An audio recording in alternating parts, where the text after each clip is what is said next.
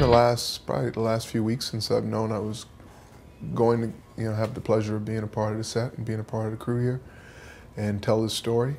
And so I've been layering it in for weeks, and also pulling from the last probably 72 hours some more intensive work with a couple of coaches I work with. And they're brilliant coaches in LA. The best that I believe is out there.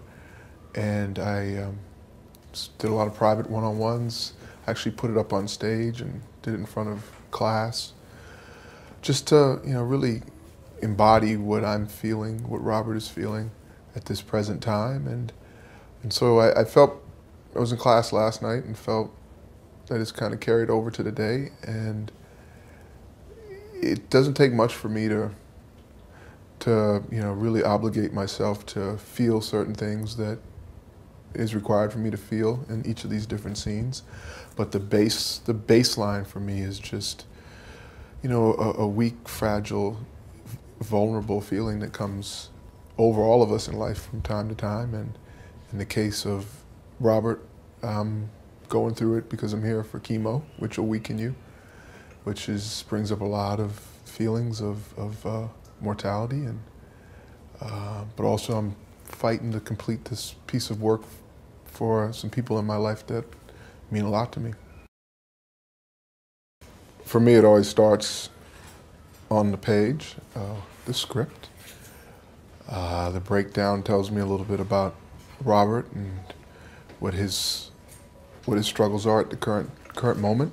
And for me, I've spent the last 3 years with a really, really close friend who's battling cancer, and not to divulge his anonymity, but he actually spends a ton of time here at the MD Anderson, and he'll be here next week actually. So the only disappointment is that this isn't shooting at the same time as his treatment. He's going to have surgery next week. But the beauty of and the inspiration that comes from him is that he's been fighting this fight for 7 years now, and yet has continued to fight on. We play golf, we check in. So my preparation started with him, wanting to honor his fight and my relationship with him, and what he's been gracious enough to share with me about that journey.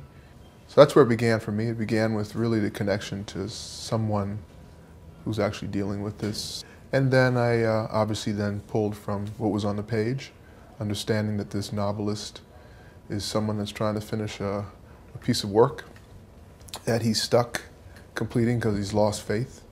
He's lost faith, and he's also, he's stuck because the character in his book parallels what he's going through in his life. So I don't have cancer, but I do know what it feels like to be fragile, what it feels like to feel weak, to have loss, to have those that count on you really have it affect them as well. So my life I've had challenges throughout the course of my life that I've been able to use, and that's the method. That's my method of acting. Also just experiential acting. So I try not to act, I try to have an experience.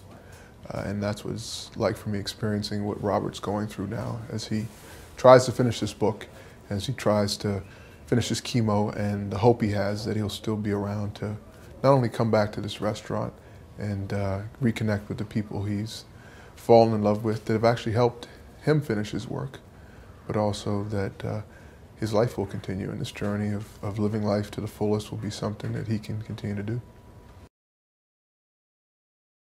I have tools that I'm looking forward to celebrating the end of the movie. That'll bring me back out of where I'm at right now. But as a trained actor, I have a number of exercises that can take me from this state quickly to a pretty jovial place. Love. That's special because I needed all of that love today in my scenes to be coming through and affecting me. and I felt it as soon as I showed up. So that's the beauty of coming together to tell a story, and you don't know who you're going to meet when you get here, but I was taken care of, loved and supported immensely, and I was able to use that, and it's a beautiful thing.